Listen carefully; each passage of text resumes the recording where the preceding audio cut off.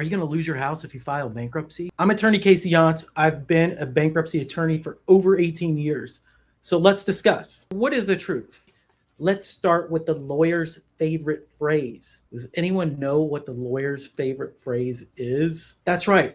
Our favorite phrase is, it depends. Because whether or not you can keep your house in bankruptcy depends on a few things. Let's get into those. The first question is, what chapter are we filing?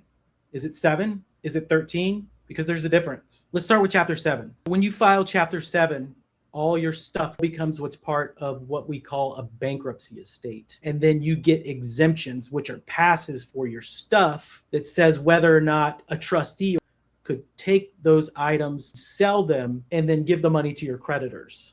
We call Chapter 7 a liquidation chapter. Sorry about my penmanship. If you have a homestead exemption that covers your house, then you're not going to lose your house when you file bankruptcy. Now, if there is no homestead exemption that covers your house, then it's possible you could lose your house in bankruptcy. As you can see, when you file Chapter 7 and you have a home and you want to protect it, it's very important to do your research before you file the case.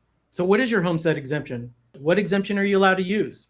Let me show you a tool you can use called the Homestead Exemption Estimator so that you can figure out whether your house is going to be protected when you file bankruptcy. This tool is going to let you enter your information. How much do you owe? I'll put the link to this in the description. Let me show you how this works quickly. So the first step, we select the state. What state are you in? We have data for all 50 states. Because I live in Arizona and I practice law in Arizona, I'm just going to select Arizona. Is the home my primary residence? Yes. Have I lived in Arizona for 730 days? This is a very important question. So I'm going to say yes, I've lived in Arizona for 730 days. And now I'm going to enter the information about my home value. So let's just say my home is worth $500,000. Let's say I have a mortgage balance of $400,000 and that there's no other liens. I just have one mortgage. I don't have a home equity line of credit or anything like that. So I'll put 0. What is my ownership percentage?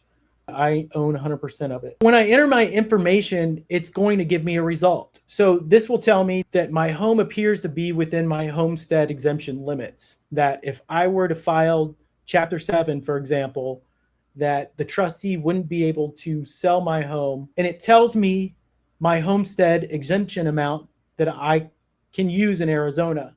And that amount right here is $437,600.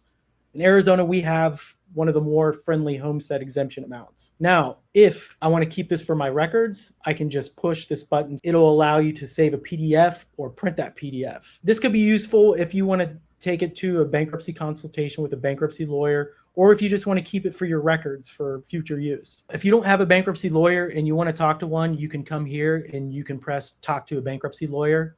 And then that'll take you through the steps of entering your information and speaking to someone. But I want you to notice, in order to use this tool, you don't have to enter any information whatsoever. This tool is free for you to use. You don't have to give us your email. You don't have to give us your phone number. You can just use the tool as much as you like. If you find that your home equity isn't protected by your state's exemption scheme, then you could consider Chapter 13 bankruptcy, and we'll discuss why right now. Chapter 13 bankruptcy is a 3 to 5 year payment plan. If your home is not protected 100% by your state's homestead exemption, whatever that amount is that's over could be put into your Chapter 13 payment plan and paid over the 3 to 5 year plan. So as you can see, this payment plan for Chapter 13 is really useful. And it's also useful for other things. For example, if you're behind on your mortgage and you file Chapter 13, you can also use the Chapter 13 payment plan to catch up on mortgage arrears.